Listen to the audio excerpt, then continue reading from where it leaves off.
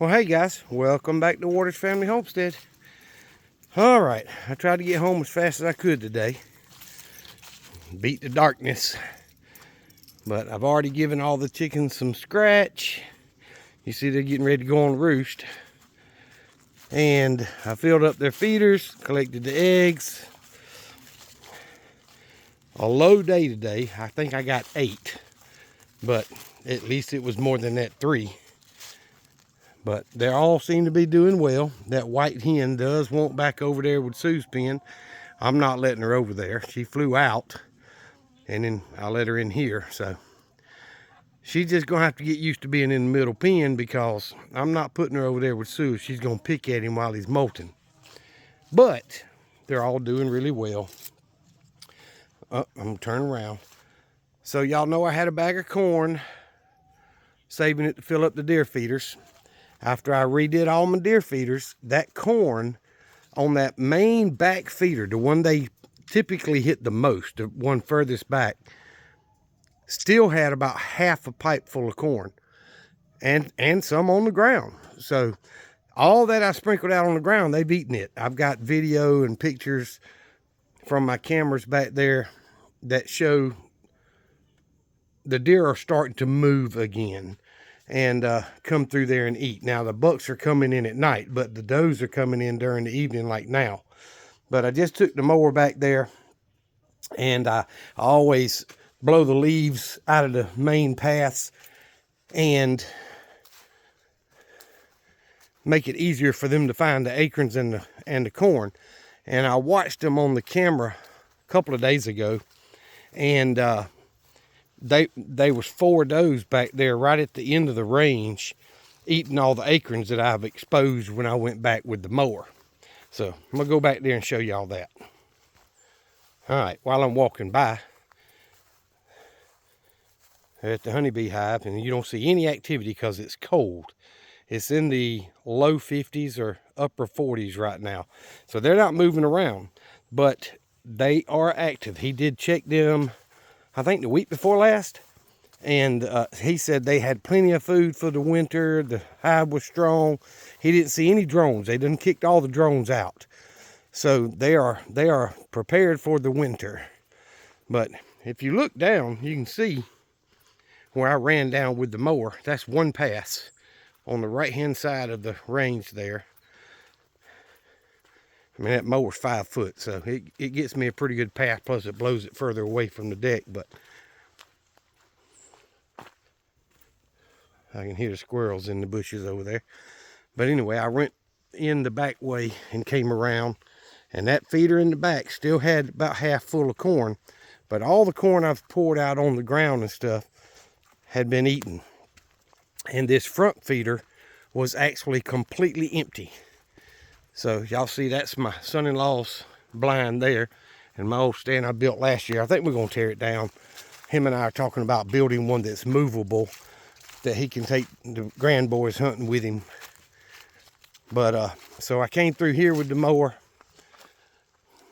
As you can see, there's a trail right there through all the leaves. It exposes all these acorns, and where I've exposed them, you see very few acorns. So the acorns are ending as far as how many's on the ground, and they're starting to come back and hit that corn. So this feeder was completely empty, and you see it's got a small pile at the bottom of it, which is what we want. And I filled it completely full, sprinkled a little, well, I didn't sprinkle, I just spilled as I was filling it up. And then I came back this way, and I try to keep in mind my son-in-law's blind when I'm putting corn out. Right here, if they walk up to here and eat, they're right 30 yards in front of his blind. So that's an easy shot for him. And of course the trails go all the way back through the woods to the other side of my property, and then come back up through here. As you can see, there's a trail there. I didn't put any corn over there, but I did sprinkle it all down through here. And I'll turn around when I get back up here where the feeder is and show y'all. You can see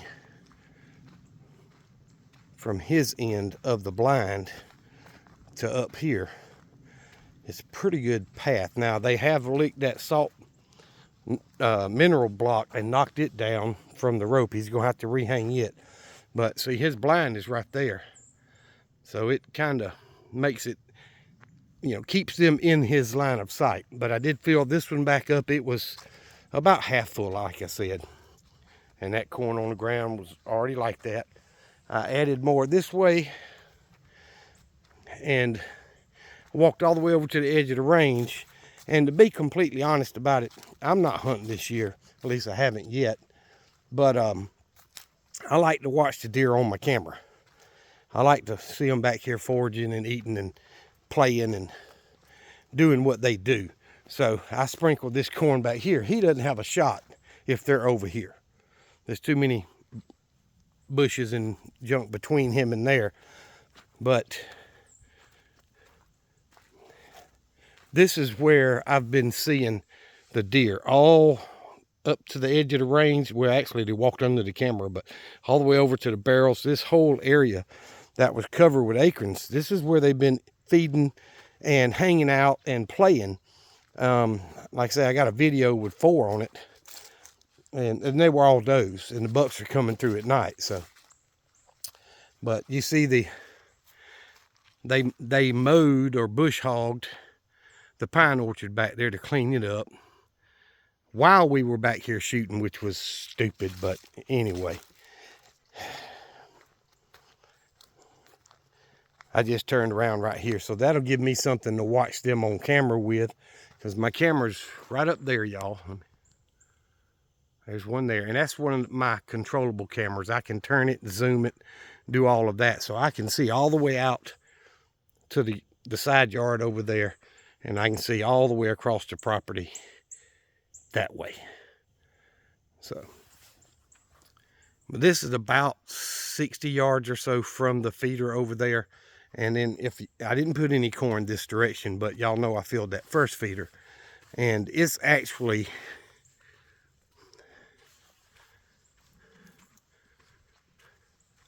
right there. Let's see if y'all can see it.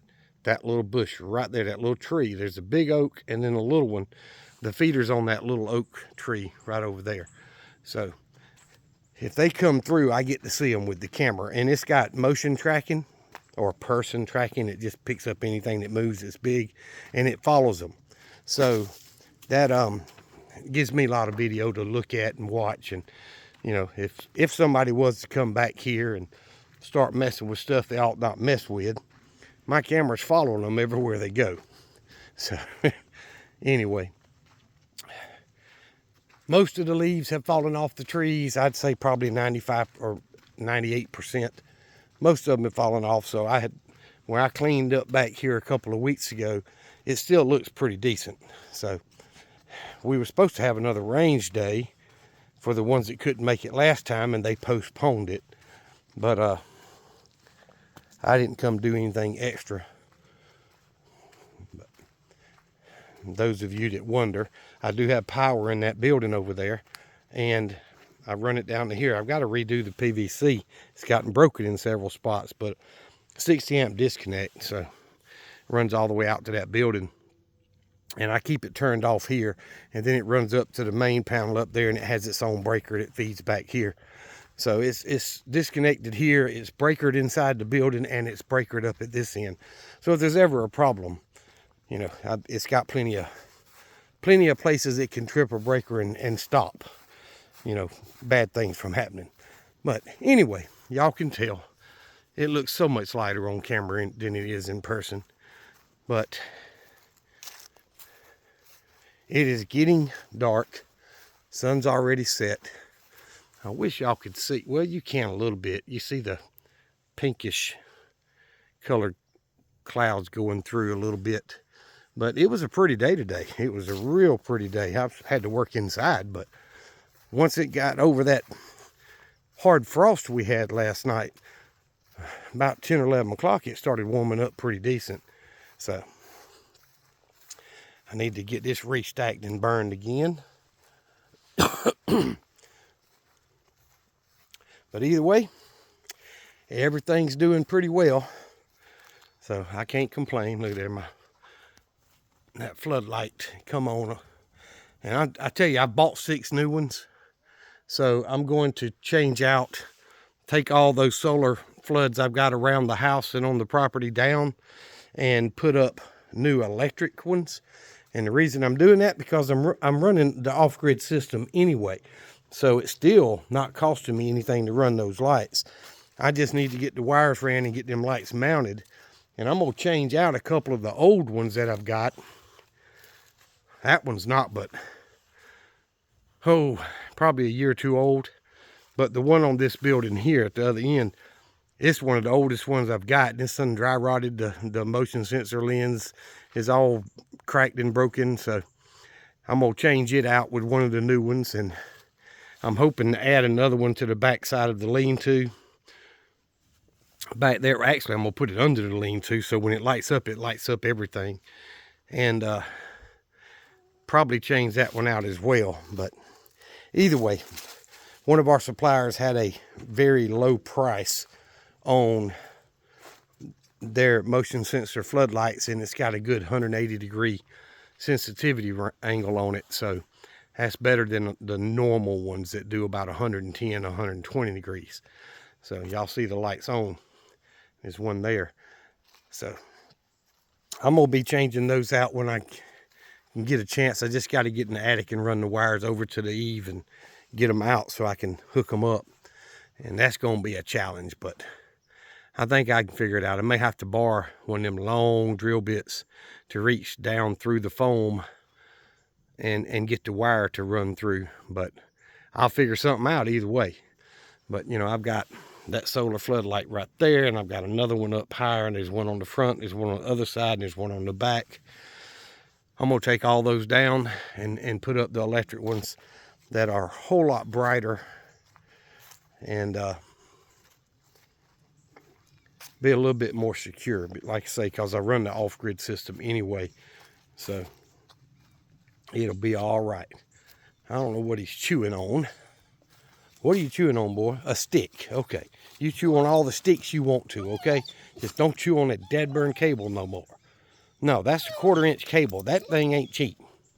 But anyway, guys, I appreciate y'all watching my videos, subscribing to the channel, hitting the thumbs up. It really means a lot to me. Look, see, he wants me to throw that toy and play with him. I'll throw it and he'll used to bring it back to me, and I'll throw it again. But anyway, I appreciate y'all very much. Remember what I've always told you. Jesus Christ loves you, and so do I. Y'all be safe. Be prepared.